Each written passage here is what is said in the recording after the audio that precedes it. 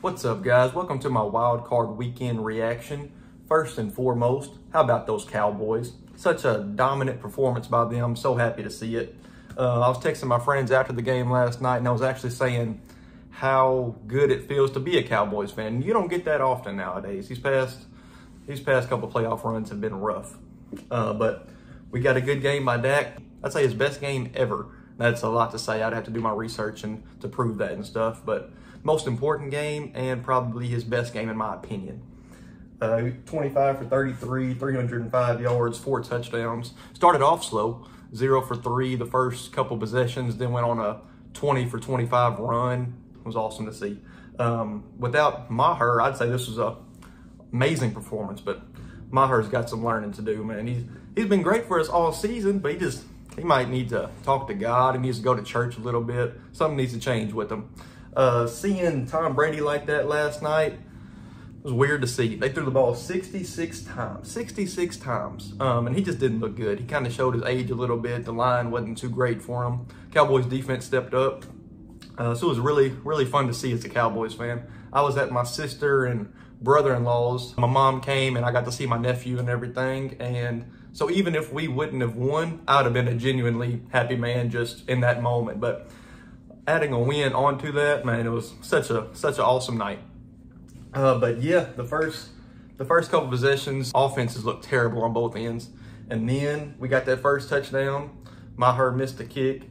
Then we went up, I think it was 18-0 at halftime, 24-0. 4 missed extra points in a row is wild. I've never seen that in my life. I think it's a record.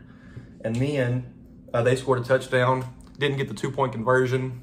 We were actually holding on that play, so I'm glad they didn't call that. We got a break there. That had been a big momentum change. Then early in the fourth quarter, it got to be 4th and 4 on Tampa Bay's 18. We're up 18. Most of the time, we should go for a field goal, obviously. But the way Maher was kicking, we couldn't just say, yeah, Maher's going to give us an extra 3 points. So we went for it on 4th down, and a beautiful pass to CD Lamb. Beautiful play, set up everything, and it worked out. I believe that was the dagger. 31-6, Maher make the extra point. They scored a touchdown and 2-point conversion to cut it to 17. But overall, awesome performance. I hate that next week we have to go into San Francisco now since Minnesota choked against the Giants, but that's just what we got to do. Transition to the 49ers game now. They were the first wild card game of the weekend. They played Seattle, and the score tells kind of a different story. The final score is 41-23. It was 17-16. Seattle was up at halftime, actually. A horrible targeting, or not targeting, but a horrible roughing the passer penalty on Ward. I cannot believe he did that. But it put Seattle in the field goal range in the last couple seconds of halftime, and Seattle took the lead 17-16. San Francisco scored with about 5 minutes left to make it 23-17. Then the next 7 minutes won San Francisco the ball game. So you had the Brock Purdy run up the middle for a yard for a touchdown, and that was at 7:19. And then Seattle proceeded to fumble the ball. That was the turning point, in my opinion. They fumbled the ball deep into San Francisco's territory, only down 6. Then after that happened, Christian McCaffrey had a few runs, and the start of the fourth quarter is when Brock Purdy made a ridiculous touchdown pass. He scrambled to his left, had to run out to his right, threw it back to Elijah Mitchell, who ran it in for a touchdown. And that's just something you don't see rookies do.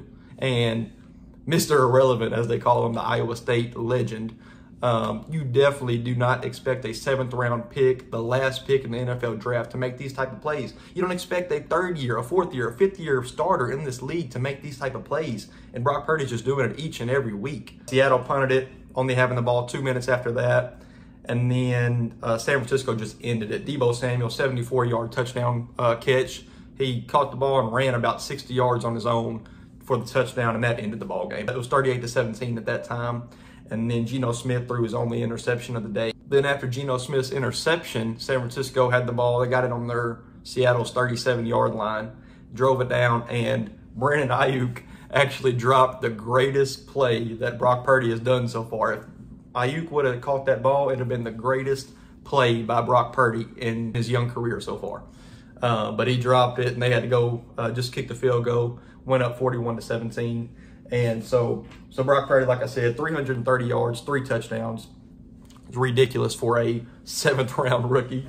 McCaffrey added 119 yards. He had the huge run in the first quarter. Then a couple of runs like, how'd you get out of that? How'd you break that tackle? A couple runs like that in the third quarter. Deebo Samuel had the game ender, in my opinion, the 74-yard touchdown catch. He added 133 yards.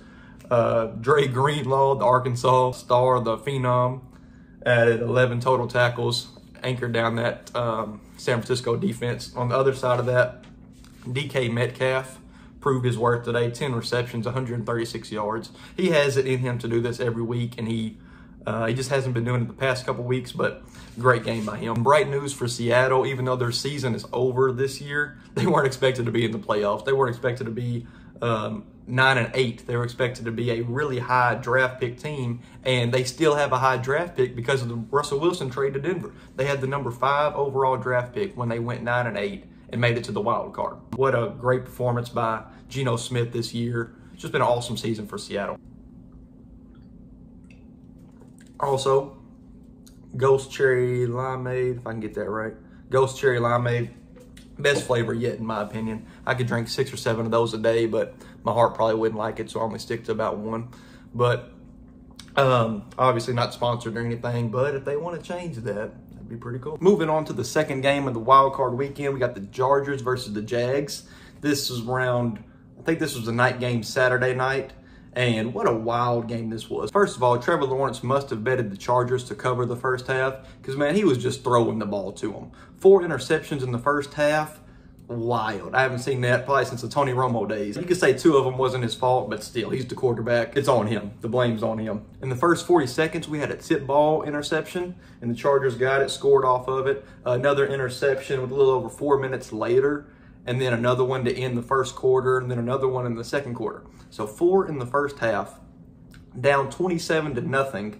They got a really important touchdown drive to cut it 27-7 going into halftime. And then after that, Chargers couldn't do much on offense. They had 3 drives in the second half that ended in Jacksonville territory. One ended in a Cameron Dicker field goal. Dicker the kicker, Texas legend. And late in the fourth quarter, I think about 10 minutes left, maybe a little later than that. They were up 30-20. Jacksonville was cutting in the lead, and Dicker missed a kick, which turned into a very, very important field goal for the Chargers, only being up 10, and then Jaguars win 31-30. Just crazy game. Jacksonville was one of those teams that went crazy in free agency. I think Al Michaels said in the commentary that they spent $175 million on free agents coming in, and man, did it pay off tonight. They got Evan Ingram, Christian Kirk, both free agent signings, and came up big tonight. I think both of them had almost 100 yards receiving, 93 for Ingram and 78 for Kirk. Both had touchdowns. Trevor Lawrence in the second half was just unbelievable. The first half, you could see it was his first playoff game. You could see that. You could tell the nervousness leading to 4 interceptions. But second half, he was clutch, man. 4 touchdowns to 4 different receivers. Like I said, Christian Kirk, Evan Ingram, also Zay Jones and Marvin Jones had touchdowns respectively. Travis Etienne also added 110 yards on the ground. Biggest play of the night on that 4th and 1 late in the fourth quarter. Jaguars were getting into field goal range to win the ball game. Doug Peterson draws up a 4th and 1 play where there's 3 backs in the backfield. They shift to the left. Etienne, he's on the far left side, comes across, gets the ball, runs 15 yards, I believe it was, and that set them in prime field goal position. Walk-off game-winning field goal kick. Chargers kind of disappointing this season to some people, like I mentioned in my previous video. Obviously, Justin Herbert was great this game. Could have done a lot more offensively in the second half to put this game away. Brandon Staley, Chargers coach, they might find something to do with him. They might, I don't know if they'll fire him. I really don't know. But, man, he's put them in some tough positions, especially that defense. He will put them in a tough position in a heartbeat, and he has done it this season. It's lost him a couple games, so we'll see what they do. Moving on to the first game Sunday was Buffalo and Miami, and you talk about a weird game here. Buffalo was the only reason that Miami was in this ball game, if that makes sense. They were up 17-0 with 5 minutes left in the second quarter and collapsed.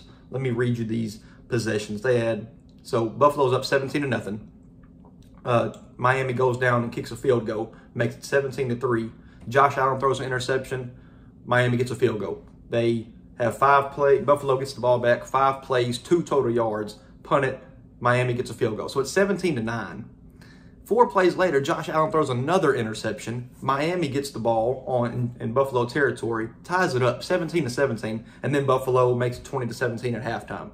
But just a crazy collapse those last 5 minutes. In the second half, start of the second half, they tried to give the ball game up again. Josh Allen was sacked, they fumbled it, and then Miami ran it in for a touchdown, making it 24-20. Miami had the lead in the second half without Tua, with Skylar Thompson as their quarterback. And Skylar Thompson had a pretty good day.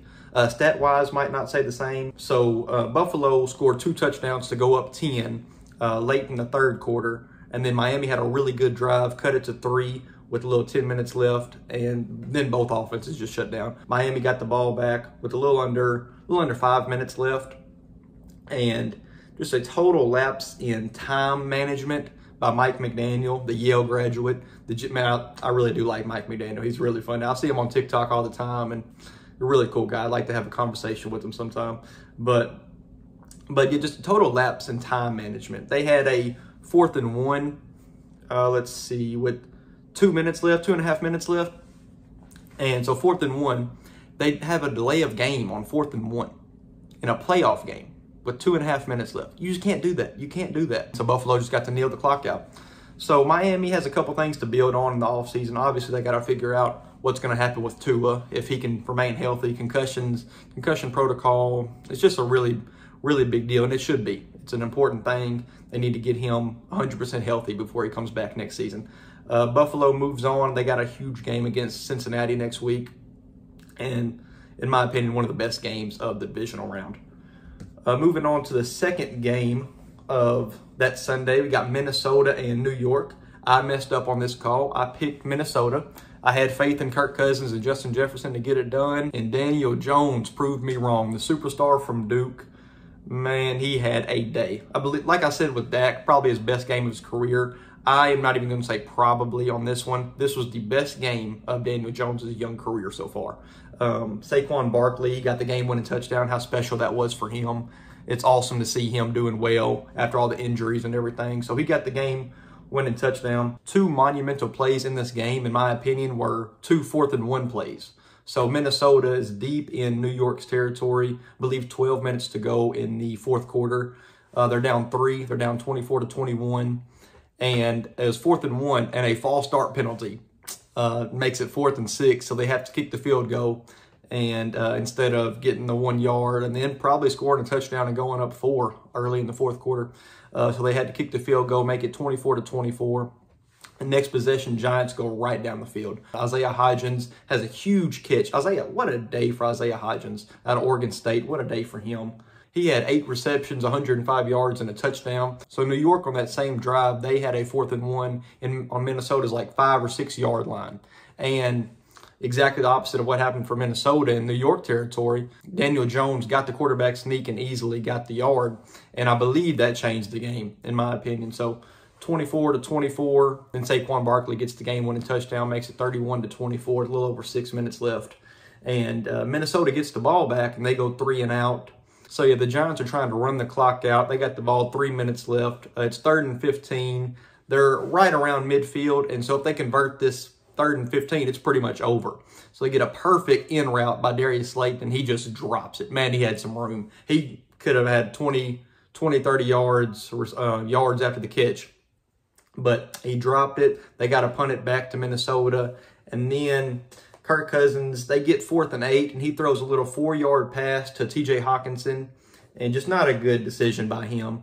He could have rolled out to the right a little bit. He was getting rushed by the left side. He could have rolled out to the right a little bit and extended the play, but just not a play that Minnesota fans are going to be really happy with. But overall, he had a great day. Don't get me wrong. 31 for 39.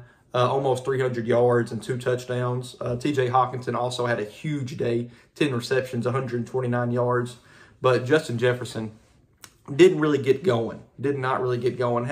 Was held under 50 yards, and that's just a recipe for disaster for Minnesota. And so Giants get the win. They move on to play Philadelphia, a team they've lost to twice this year, but you never know. They've done it before. 2007, 2011, huge runs by the Giants in those years, Super Bowl winning runs. And so we can see if Daniel Jones and Saquon have it in them. Then the final AFC wildcard game was a good old defensive matchup between Baltimore versus Cincinnati. Offenses really couldn't get going in this one, and this game was summed up in one play. The 99-yard scoop and score by Sam Hubbard ended this one. 17-17, Tyler Huntley just ran 35 yards off a read option to get to the Bengals' 2-yard line, I believe. 2 plays later, he jumps over his offensive line to put the ball over the end zone for a touchdown. It gets knocked out of his hands, and Sam Hubbard picks it up and sprints full blast, obviously, for a touchdown. Makes it 24-17 with about 12 minutes left in the fourth quarter. Cincinnati pulled it out, and they move on to play Buffalo in the divisional round next weekend. Baltimore has to figure out what they're going to do with Lamar. I cannot believe he does not have a long contract at the moment. It's utterly ridiculous that he is not paid yet. And I can't blame him for sitting out, even if he was healthy. I can't blame him for sitting out. So they really have to figure out if they're going to pay him or not, which, in my opinion, they 100% should. So, yeah, the Ravens go home, Bengals move on, and the AFC looks really fun right now. So that is my wild card reactions, guys. Hope you enjoyed it. Like and subscribe for more. I'm out.